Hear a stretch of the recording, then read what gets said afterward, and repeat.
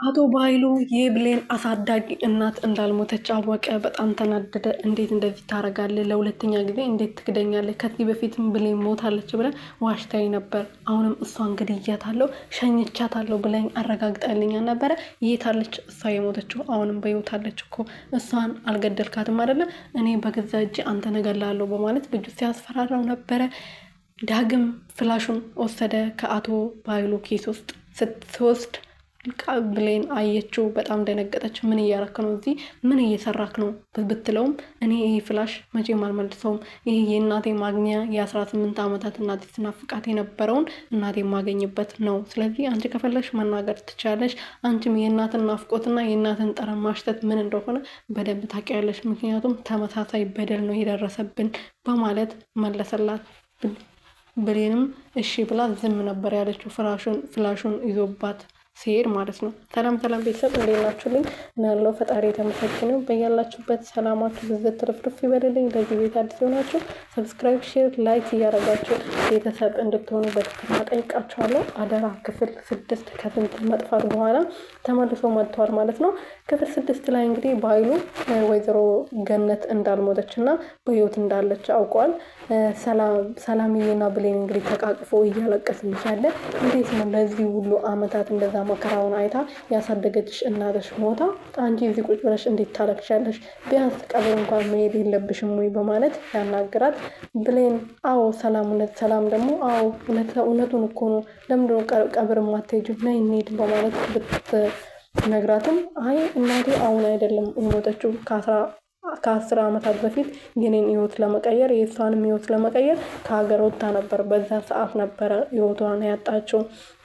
እኔ ደግሞ አለች አንድ ቀን አገኛታለሁ ብዬ በተስፋ ነበር ስኖር የነበረው እና የእንጀራ እናቴ ናት አሁን እንደሞተች እና ከ10 ዓመታት በፊት አብራ ሀገር ሄዳ በጀልባ ስትሄድ እንደሞተች የነገረችኝ እንጂ እናቴ ዛሬ አይደለም የሞተችው በማለት ስትመልስ ባይሉ በጣም ደንግጦ የእንጀራ እናትሽ በሕይወት አለች ብሎ በተደጋጋሚ ሲጠይቃት ነበር። አዎ እሷማ በሕይወት አለች፣ የሞተችው እውነተኛ እናቴ ናት በማለት ስትነግረው ባይሉ በጣም ተናዶ ለልጁ ደውሎለት ነበር እና ልጁ ደግሞ አዎ እኔ ግድያ አልገደልኳትም፣ አሳዘነችኝ፣ በልጇ ስትማጸነኝ ነበር፣ አልናገርም፣ ለብሌን ወይዘሮ ሰላም እንደሞተች እነግራታለሁ ብላኛለች። ዋናው ደግሞ አለመናገሩ አይደለም ለምን የሰው ህይወት እናጠፋለን በማለት ለባይሉ ተናግሮ ነበረ።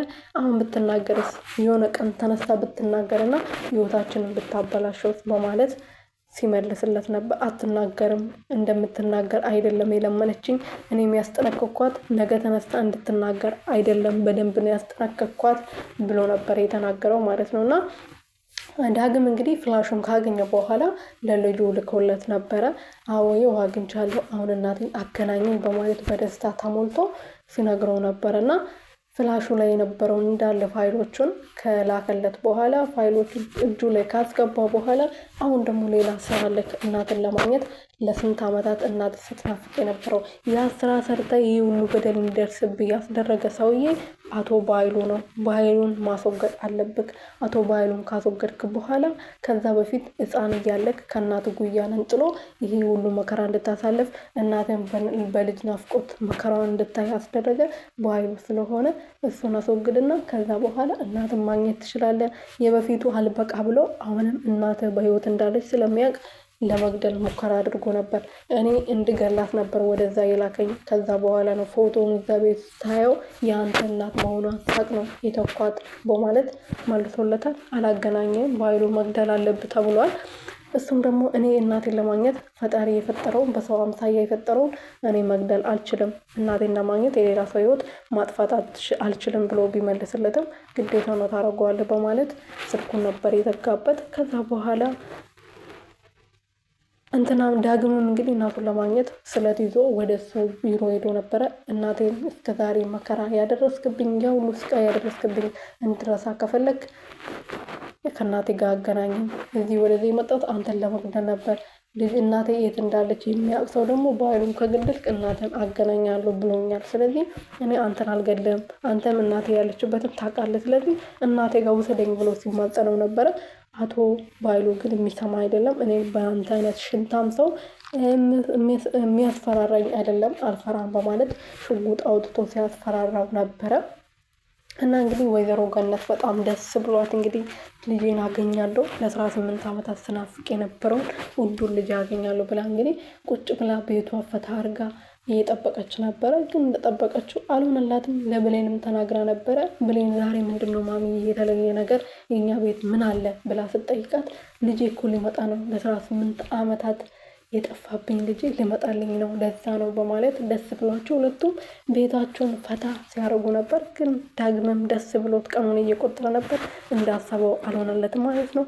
ፈጣሪ ያገናኛቸው። እናትና ልጅ መለያየት የለባቸውም። በዛውን ደግሞ ይሄን ተለያይቶ ድጋሚ እንዳለ